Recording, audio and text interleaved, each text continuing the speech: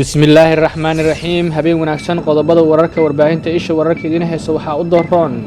ra'iisul wasaare Qeyrre oo goordhow gaaray magaalada Cadaado iyo kulamo halkaas ka bilaabanaya madaxweyne xaaf ayuu cuntamay laadahay qorshaha dowladda federaalka ee Soomaaliya ee galmudug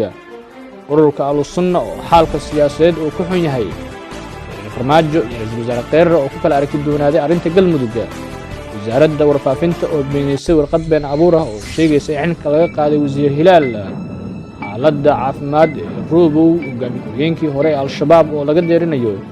Qeyrre oo ku dhawaaqay arrin muhiim ah Somaliland iyo ciidamada AMISOM oo dilay askar ka tirsan ciidanka dowladda federaalka ee Soomaaliya wararka dibaddana waxa u dooran xiisadda Mareykanka iyo Iiraan oo gaartay meeshii ugu sarreysay waaga daawadayaal intaas waxa ayaan qaar ka tirsan qodobada wararka warbaahinta isha wararka kuwada ugu door karoon haddii aad ka mid tahay saaxiibadeena barta YouTube-ka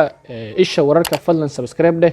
oo guji gambaleelka saaxiibadaadana share u dhisi wararkii ugu dambeeyay ee Soomaaliya iyo caalamka markaan soo gelino barteena YouTube-ka ay durbaba u helaan waaga aan ku bilaawno magaalada Cadaado ee gobolka Galgaduud ee bartamaha Soomaaliya ra'iisul wasaaraha Soomaaliya Xasan Cali Qeyrre ayaa waxa la sheegay in uu gaaray magaalada Cadaado ee gobolka Galgaduud halkaas oo maalmo ka hor uu tagay Axmed Ducaale Geelle Xaaf madaxweynaha dowlad goboleedka Galmudug xubno wasiiro iyo xildhibaano mucaarad iyo maxaafid ah ayaa sidoo kale gaaray magaalada Cadaado oo dhammaantood laga soo doorto deegaanada maamulka Galmudug mas'uuliyiinta maxaafidka ah ee nabadii nolol ee gaaray Cadaado waxaa ka mid ah Cabdikariin Dhalac qoorqoor iyo mas'uuliyiin kale oo ka tirsan dowladda nabad iyo nolol naha mucaaradka ah ee horey u gaaray ee kulamada la qaatay Axmed Ducaale Geelle Xaaf madaxweynaha dowlad goboleedka Galmudug waxaa ka mid ah senator Abshir Buqaari xildhibaan Saabir Shuuriye xildhibaan Odowaa Cabdi Qeydid xildhibaan Warsamo Joodax iyo xildhibaan Mahad Salaad wararku waxay sheegayaan in magaalada Cadaado ra'iisul wasaaraha Soomaaliya uu u gaarayo halkaas si uu wada hadal la yeesho madaxweyne Axmed Ducaale Xaaf oo ku sugan magaaladaas halkaas oo kulamo uu kula qaatay Axmed xubnaha siyaasiyiinta ah garadka odayaasha dhaqanka ee qaybaha kala duwan ee bulshada ee ku dhaqan magaalada Cadaado ee gobolka Galgaduud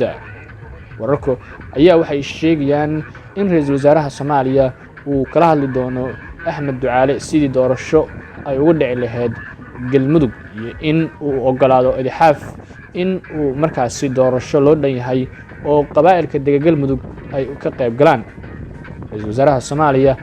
ayaa labadii cisho ee la soo dhaafay ku sugnaa Dhuusamareeb oo ay ka taliyaan ururka Al-Sunna wal Jamaaca iyadoo oo kulamo xasaasi ah oo la qaatay madaxda ururka Al-Sunna wal Jamaaca gaar ahaan Macallin Maxamuud iyo Sheekh Shaakir oo ah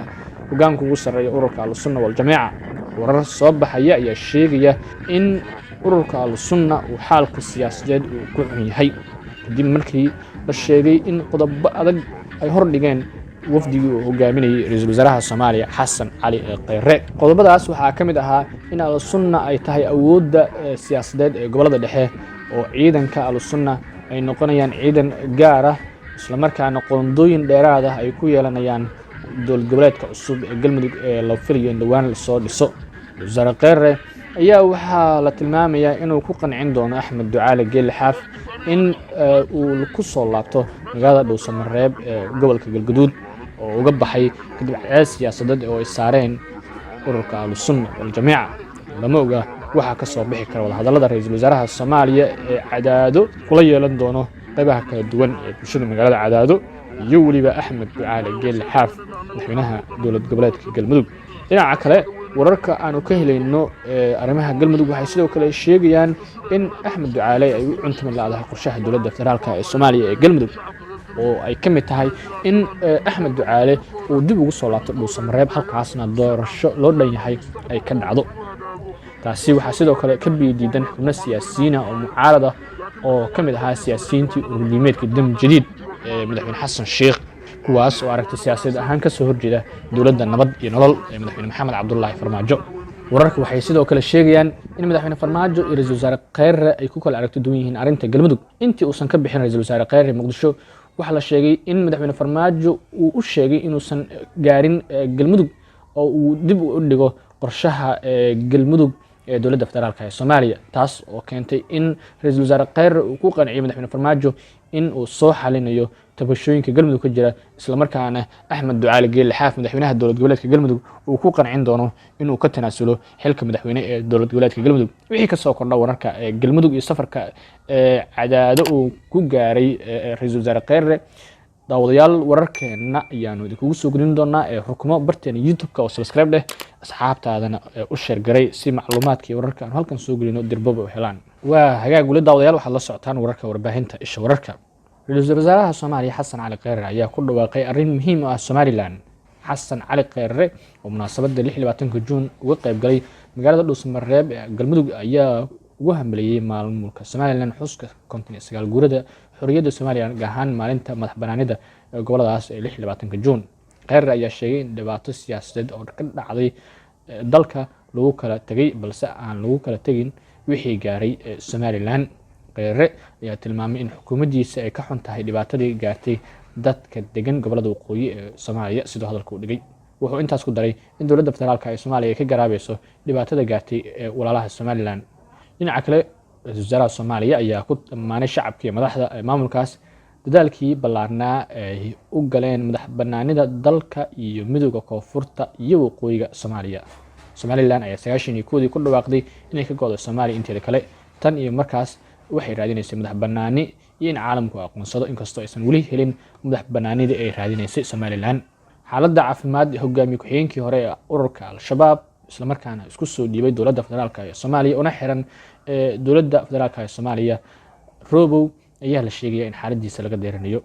waxaa laga deeranaya xaaladda caafimaad ee Mukhtaar Robow Cali oo Mansuur oo muddo ka badan 6 bilood u xiran dowladda federaalka ee Soomaaliya kadib markii uu ka qayb galay doorashada koonfur galbeed oo ay ka diidaneed dowladda federaalka ee Soomaaliya Robow ayaa habeen hore laga soo saaray isbitaalka Digfaar ee Muqdisho halkaas oo ku qaatay muddo 5 habeen ah sida ay isha wararku xaqiijiyeen qaar ka mid ah shaqaalaha isbitaalka iyo heladiisa oo aanu la hadalnay Robow ayaa ka xanuunsanaya kaliyaha waxaana la sheegay inuu aad u dhamaaday isla markaana ay ka sii dareyso xaaladda caafimaad ee Robow dhaqaatiirta ajaanibta ah ee ku sugan isbitaal Digfaar ayaa ku taliyay in Robow loo qaado dalka dibadiisa dhakhtarka gaarka ah ee Robow ayaa saraakiil ka tirsan dowladda federaalka ee Soomaaliya kula taliyay in Robow loo qaado dibadda maadaama adag tahay in dalka wax looga qabto Mukhtaar Robow Cali Abu Mansuur oo habeen hore saqdi dhexe laga soo saaray isbitaalka Digfaar ayaa lagu celiyay xarunta hay'adda nabad sugidda sirdoonka qaranka Soomaaliya ee Habar Khadiijo ee Muqdisho waxaana la filayaa in dhowaan loo qaado isbitaal ku yaala magaalada Jidda ee boqortooyada Sacuudi Carabiya waa markii labaad muddo ka yar 40 cisho isbitaal la dhigo gaar ahaan isbitaalka Digfaar Robow waxaa laga hayaa kaliyaha oo uu ka xanuunsanay muddo ma jirto ilaa hadda wax dadaal oo socda oo lagu sii deynayo Robow iyo in baaritaan dhinaca dibadda ah loo qaado bartamihii bishii Ramadaan ayaa sidoo kale Robow la dhigay isbitaalka Digfaar ee Muqdisho halkaas oo muddo uu ku xanuunsanaa Robow waa adag tahay in dal walba loo qaado sida wadamada caafimaadka ugu wanaagsan sida Hindiya iyo Germany balse waxaa la filayaa in loo qaado boqortooyada Sacuudi Carabiya iyo dalka Qatar mid kamid ah labadaas wadan oo Soomaaliya ay taageero ka hesho gaar ahaan dowladda federaalka ee Soomaaliya ugu dambeyntiina askar ka tirsan ciidanka AMISOM ayaa dilay ciidamo ka tirsan dowladda federaalka ee Soomaaliya ciidamo AMISOM ayaa mooto ay saarnaayeen 2 askari iyo darawalkii mootada ku dardaray deegaanka ceelasha biyaha ee duleedka magaalada caasimadda Muqdisho wararku waxay sheegayaan in meydka 3 ruux ay laamiga muddo yaaleen iyadoo ciidamadii waxyeelada geystay ay safarkoodii iska sii wateen waxaana la sheegayaa in lagu hayo deegaanka calamada ee dowladda Muqdisho waxaana halkaas ugu daba tagay askar kale oo ka tirsan ciidamada dowladda federaalka ee Soomaaliya oo ku sugnaa saldhigga deegaanka ceelasha biyaha meedadka askarta ayaa loo soo qaaday Muqdisho waxaana la keenay xarunta baarista dambiyada ee booliiska ee CID-da halkaas oo sawiro looga qaaday sida wararku ay sheegayaan saraakiisha AMISOM hogaaminaysay gawaarida dhibaatadan geysatay ayaa la soo sheegayaa inay dalbadeen in socdaalkooda loo sii ogolaado wixii eed ah loo haystana ay kala xaaltamaan ehelada dhibanayaasha ciidanka AMISOM ayaa tacdiyo kala duwan u geysta shacabka Soomaaliyeed xilliyada ay ku safrayaan wadooyinka magaalada Muqdisho iyo sidoo kale dalka Soomaaliya qaybo kamid ah mana muuqato ilaa hadda wax laga qabtay tacdiyada AMISOM ay u geystaan shacabka Soomaaliyeed warkaas habeenimo daawadayaal wuxuu idinkaga imaanayaa warbaahinta isha wararka markana wararka dibadda xiisadda Mareykanka iyo Iiraan ayaa gaartay meeshii ugu sareysay dowladda Iiraan ayaa si cara leh uga jawaabtay go'aankii dowladda Mareykanka ee ku aadanaa xayiraadda hogaamiyaha Iiraan iyo saraakiil sarsare oo kuwaas oo lagu xayiray in wax galaangal ah ay ku yeeshaan suuqa dhaqaalaha caalamka. waxaa tilaabadaas qaaday madaxweynaha Mareykanka Donald Trump si looga jawaabo soo ritaankii diyaaraddii aan duuliyaha lahayn ee Mareykanka ee lagu soo riday hawada sare ee gacanka Hormuz ee Khaliijka, balse Iiraan ayaa sheegtay in lagu soo xadgudbay hawadeeda. warkii oo xilligan idinkaga imaanaya warbaahinta isha wararka daawadayaal waa naga intaa warka xigeenta dib u kulmi doono sidaas iyo nabadgelyo.